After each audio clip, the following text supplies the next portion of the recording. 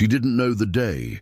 She didn't know the hour. She only knew he would come. It could be months, it could be a year. And when he finally came, it would be in the middle of the night, announced by shouts and torches in the dark streets. This is how a wedding began in biblical times, with a bride waiting in the darkness and a groom who could appear at any moment. But before that night arrived, a sequence of rituals, negotiations and preparations transformed two entire families. Nothing was improvised, nothing was left to chance. And what we resolve today in weeks of preparation, they extended for months, sometimes years, because they understood that covenant was not contract, it was pact, and pact in the ancient world was sealed with blood. Everything began with a decision that rarely belonged to the bride and groom. The young man's father identified a suitable young woman, usually from a known family, from the same tribe, with an established reputation in the community. Romantic love existed, of course. The story of Jacob and Rachel proves this, but love was not a prerequisite. It was a bonus. Marriage was, above all, an alliance between clans, a union of estates, a fusion of lineages, and for this reason the first conversation did not happen between the couple. It happened between the parents. The groom's father, or a trusted emissary, visited the young woman's home to initiate what they called shidduchin, the negotiation process. It was not a romantic proposal, it was a commercial, diplomatic, and spiritual proposition all at once.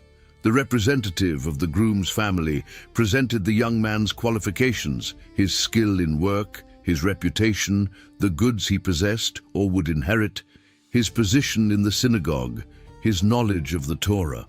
It was a complete resume recited before the bride's father, while the young woman in another room awaited the verdict. If the father considered the proposal worthy of evaluation, then the most delicate part began, negotiating the mohar. The mohar was not simply a price for the bride, although many translate it that way. It was compensation to her family for the loss of a valuable worker, a demonstration of the groom's financial capacity and a guarantee that he took the alliance seriously. The higher the mohar, the greater the commitment demonstrated. The amounts varied enormously according to the social position of the families. A common shepherd might offer some sheep and goats. A prosperous merchant offered silver, fine fabrics, spices. A prince offered fortunes. When David wanted to marry Michal, daughter of King Saul, the mohar demanded was not money, it was 100 Philistine foreskins. Saul expected David to die trying. David brought 200, but mohar was not everything. There was also the matan, additional gifts offered directly to the bride and her family. Jewelry, clothing, imported perfumes, household utensils. When Abraham's servant went to find a wife for Isaac, he took with him 10 camels loaded with gifts. Upon finding Rebekah, before even confirming the marriage, he was already covering her with gold, bracelets weighing 10 shekels, a nose ring of half a shekel, and this was just the beginning. With the mohar negotiated and the terms agreed upon, the moment came to formalize everything in writing. Enter the ketubah, the marriage contract. This document was not optional, it was mandatory, and it mainly protected the woman, establishing her rights in case of divorce or widowhood. The ketubah specified the amount the husband would have to pay the wife if he abandoned her. It defined his obligations to provide food, clothing, and conjugal rights. It listed the goods she brought to the marriage that would remain hers. In an era when women had very little legal protection, the ketubah was her shield. With the contract signed before witnesses, the ritual then took place that sealed the commitment irrevocably. The groom and bride, together for the first time in this process, participated in a ceremony called erusin, the formal betrothal. But do not confuse it with our modern engagement. The erusin was legally binding. From that moment on, the young woman was considered the young man's legal wife, even without having consummated the union. Dissolving an erusin required formal divorce. If the groom died during this period, the girl was considered a widow. The erusin ceremony took place at the bride's home before both assembled families. The groom brought with him a cup of wine, a symbol of joy, but also of blood covenant. He poured the wine, raised the cup before everyone, and drank. Then he offered the same cup to the bride. If she drank, she was accepting the pact. She was saying yes, not only to the man, but to everything he represented, his family, his lineage, his God. She drank, and then, the most counterintuitive moment of the entire process, after sealing the commitment, the groom left. He left the bride at her parents' home and returned to his own father's house, not for days, for months, sometimes for more than a year. What was he going to do during all that time? Build. Specifically, build a bridal chamber, the cheder, attached to his father's house. This is where the couple would live after the wedding. This is where they would consummate the union. And this is where they would begin their life together, under the authority and protection of the family patriarch. The construction had no set deadline. The groom worked until he considered the room adequate, but the final decision was not his. When he thought he had finished, he presented the work to his father, and it was the father who determined whether the room was ready to receive the bride. Until the father approved, the wedding would not happen. Therefore, when people asked the groom when he would fetch his bride, the answer was always the same. I don't know. Only my father knows. Meanwhile, on the other side of the village, sometimes on the other side of the region, the bride waited and prepared herself. Throughout the entire period of separation, she lived in a state of readiness. She did not know when the groom would come. She only knew that he would come. It could be at night. It would probably be at night. And so, as not to be caught unprepared, she kept an oil lamp always lit, always fueled, always ready. Her wedding clothes were set aside, accessible. Her friends and attendants, other virgins who would participate in the procession, needed to be equally alert. The wait could last so long that some brides began to doubt. Would he come? Had he given up? Had something happened in the construction of the room? But tradition demanded faith. It demanded patience. It demanded constant vigilance, because the groom would not send advance notice. When he arrived, he would arrive. On the groom's side, when the father finally approved the bridal chamber, the final preparations began in secret. The young man gathered his friends, the companions who would accompany him in the procession. They prepared torches, many torches. They prepared instruments. They prepared their best clothes. And then, usually at nightfall, they departed. The wedding procession was announced with shouts, literally. The groom's friends went ahead, torches raised against the darkness, shouting through the village streets, "The bridegroom comes! The bridegroom comes!" It was an alarm. It was a celebration. It was the moment the bride had been waiting for months, finally arriving. Can you imagine what she felt? Months of waiting. Months of uncertainty, months sleeping with the lamp lit, the clothes prepared, her heart divided between faith and anxiety. And then, in the middle of the night, the shouts, the torches approaching, the confirmation that he had not forgotten. He was coming for her. The bride had only a few minutes to get definitively ready. Put on the ceremonial clothing. Place the veil, thick, completely covering her face, gather her attendants, and then go out to meet the procession, bringing her own lit lamp as proof that she had remained vigilant. From there, the combined procession, groom, bride, friends, attendants, torches, music, crossed through the village streets toward the groom's father's house. Neighbors came out of their homes to watch. Children ran alongside the procession. The sound of tambourines, flutes, and songs echoed among the stone and mud buildings. It was impossible to ignore. It was impossible not to participate. The wedding was not a private event. It was a community celebration. and the entire village was invited. Upon arriving at the groom's father's house, the celebration officially began. But before the public celebration, there was a private ritual that determined everything that would come after. The groom led the bride to the cheder, the room he had built. Both families waited outside. The groom's friends waited, the bride's attendants waited, and inside that room the marriage was consummated. There was no public vow ceremony as we know it today. The act of consummation was the ceremony itself. It was the physical union that definitively sealed the spiritual pact. And there was a specific expectation about what would happen inside there. Blood. The bride's virginity was expected, required, and verified.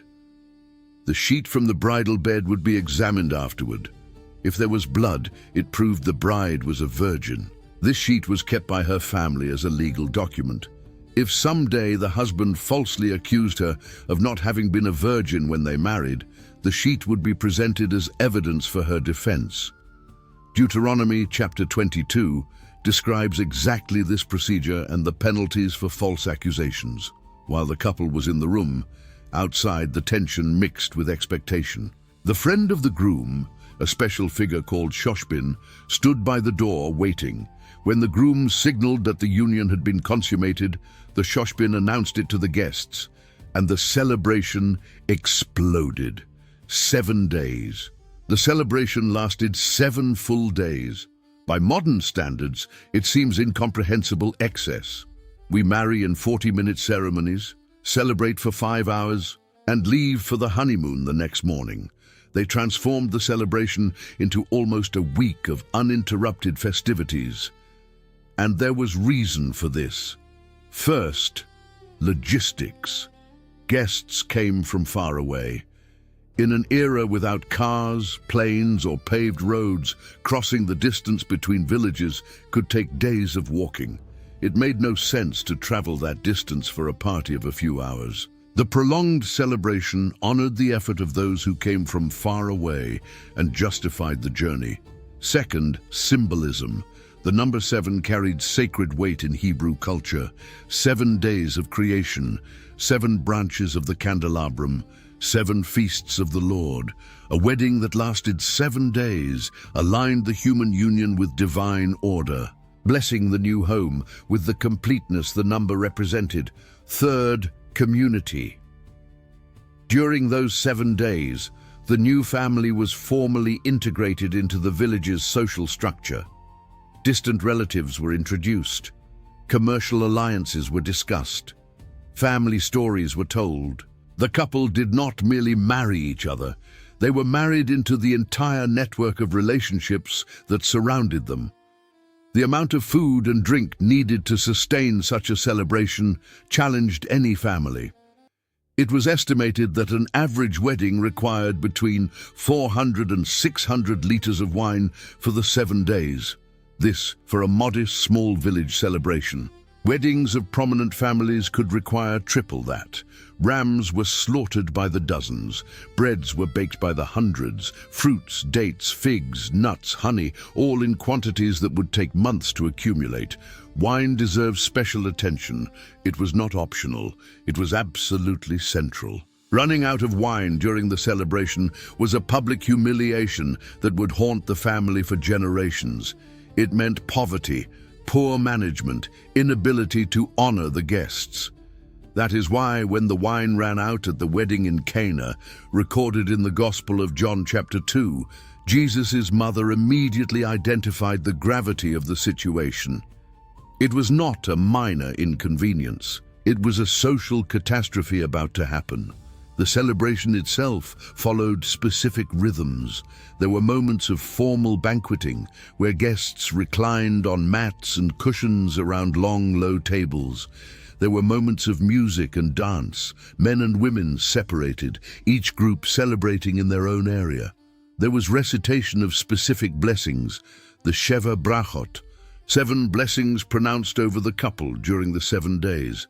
The groom was treated like a king throughout the entire week, literally. He wore a crown, usually of interwoven flowers or leaves, but a crown nonetheless. He sat in the place of honor. He was served first. His words carried special weight. For 7 days, that young shepherd, farmer, or craftsman experienced royal treatment. And the bride was his queen, equally honored, equally celebrated. The games and entertainment lasted hours. Riddles were proposed. Samson famously proposed a riddle at his wedding, recorded in Judges chapter 14, and the resulting wager nearly caused a war. Stories were told. Friendly competitions between families took place. Children ran among the adults. Elders dozed in corners, woke up, ate a bit more, dozed off again. At night, torches and oil lamps illuminated the courtyard where the celebration continued. The fire danced on the stone walls. Shadows moved. The aroma of roasted meat mixed with the smell of spilled wine, dancers' sweat, the perfume of burned spices. It was complete sensory overload, exactly the opposite of the austere daily routine of agricultural and pastoral work. The cost of all this could compromise a family for years. Historical estimates suggest that an ordinary wedding consumed between 1 and 2 years of family income. For poor families, it meant accumulating resources for decades, saving from the birth of their children for the day they would need to marry each of them. Some families sold land, others incurred debts that would take generations to repay. The wedding of a daughter or son was not just a celebration. It was the largest financial investment they would make in their lives. And if the family did not have sufficient resources, the community intervened. Neighbors contributed food. Distant relatives sent gifts.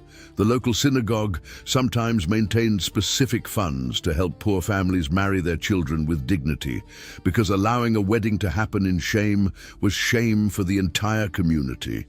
The gifts brought by guests followed specific etiquette. There was no wedding registry or store list. Gifts were practical: fabrics, kitchen utensils, agricultural tools, animals, or valuable jewelry, coins, rare spices.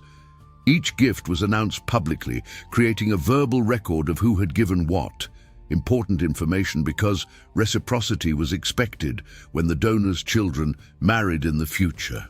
The role of women in the preparation deserves attention. For weeks before the celebration, the women of the family worked tirelessly. They ground grain to make flour, they baked bread, they prepared preserves, they wove new clothes, they sewed extra tents to shelter guests, they carried water, liters and liters of water, from the springs to the storage jars. The physical labor was exhausting, but it carried honor. Each baked loaf was an act of love. Each jar of wine prepared was an investment in the couple's happiness. The bride's attire received special attention. It was not necessarily white. That tradition is relatively modern. In biblical times, the bride wore her best clothes, often in vibrant tones: red, blue, purple. The richer the family, the more elaborate the outfit. Complex embroidery, heavy jewelry, a veil that completely covered her face and extended to her feet.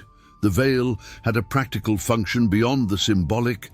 It ensured that the groom would not see the bride's face until the moment of consummation. This protected against deceptions, although the most famous deception in the Bible happened exactly through the veil when Laban switched Rachel for Leah on Jacob's wedding night.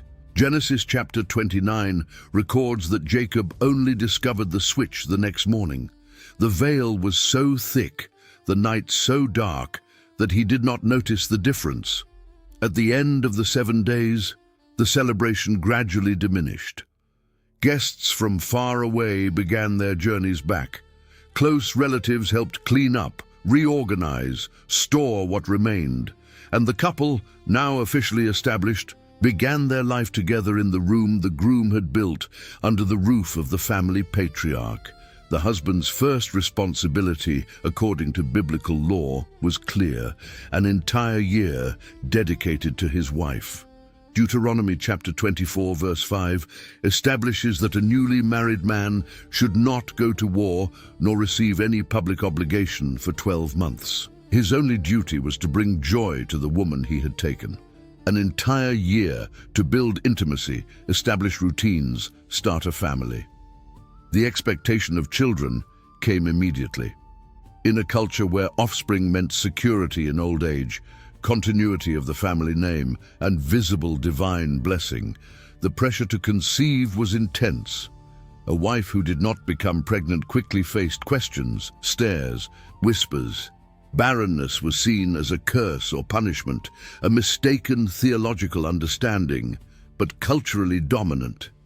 The stories of Sarah, Rachel, Hannah, and Elizabeth testify to the emotional and social weight that childless women carried. When pregnancy came, the joy was communal. Midwives from the village monitored the development. Older women offered advice. The birth of a male child was celebrated with circumcision on the 8th day, another ritual that brought the community together, reaffirmed the covenant, connected the new life with past and future generations. The cycle then repeated. The boy grew. He learned his father's trade. He reached marriage age, usually between 15 and 20 years, and his father began looking for a suitable bride. The girl waited in some village, keeping her lamp lit. The elders negotiated. The mohar was agreed upon. The wine was poured, and another family was born within the web of families that comprised Israel. 3,000 years later, we still light candles at weddings. We still raise cups. We still make promises before witnesses. The names have changed, the clothes have changed, the duration has shrunk from 7 days to a few hours. But the essence remains. Those shepherds and farmers of ancient Israel understood something that no technology has replaced. That commitment needs witnesses, that celebration needs community, and that some covenants are too sacred to be made in silence. The format has changed. What is at stake has not.